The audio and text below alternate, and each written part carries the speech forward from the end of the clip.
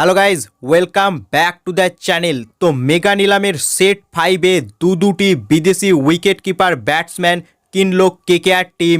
হ্যাঁ friends, set 5 থেকে দুটো উইকেট কিপার ব্যাটসম্যানকে কিনেছে নাইট রাইডার্স টিম, যেখানে South African left handed wicket keeper batsman Quinton ডিকককে 3,60,00,000 টাকায় কিনেছে কেকেআর টিম, এবং রহমানুল্লাহ গুরবাজ অর্থাৎ নাইট রাইডার্স এর ঘরের ছেলেকে আবারও ঘরে ফিরিয়ে আনলো কেকেআর। তাকে বেস্ট প্রাইস 2 কোটিতে কিনেছে কেকেআর টিম।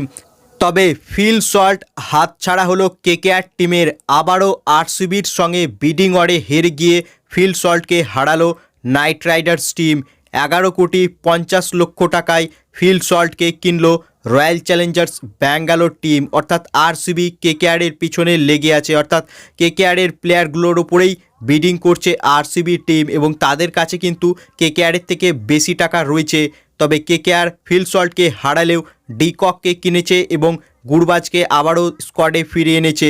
তাকে বেস্ট প্রাইস 2 কোটিতে পেয়েছে কেকেআর টিম, এবং কুইন্টন ডিকক ও রহমানুল্লাহ গুরবাজকে কেনার পর কেকেআরের 4 জন বিদেশি প্লেয়ার হয়ে গিয়েছে, যেখানে 2 জন আন্দ্রে রাসেল ও সুনীল নারিনকে আগেই রিটেন করে রেখেছিল। এখনও 4টি বিদেশি প্লেয়ার কেকেআর কিনতে পারবে, যার মধ্যে 2 জন রাসেল ও নারিনের ব্যাকআপ প্লেয়ার হবে এবং 2 জন ফাস্ট বোলার হবে। দেখাই যাক আর কোন কোন বিদেশি প্লেয়ার কেকেআরের স্কোয়াডে আসে।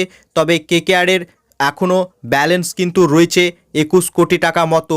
এই 21 কোটি দিয়েই কেকেআরকে কিন্তু সম্পূর্ণ স্কোয়াড গঠন করতে হবে। তবে কলকাতা নাইট রাইডার্স টিমের এখন 9টি প্লেয়ার হয়ে গিয়েছে। এখনও 9টি প্লেয়ার যদি কেকেআর কিনে তাও তাদের স্কোয়াড কিন্তু গঠন হয়ে যাবে, অর্থাৎ মিনিমাম 18টি প্লেয়ার স্কোয়াডে রাখতে হবে, যেখানে 6টি প্লেয়ারকে কেকেআর আগেই রিটেন করে রেখেছিল এবং নিলামে তারা ভেঙ্কাটিস আয়ার, কুইন্টন ডিকক, রহমানুল্লাহ গুরবাজকে এখন পর্যন্ত কিনেছে।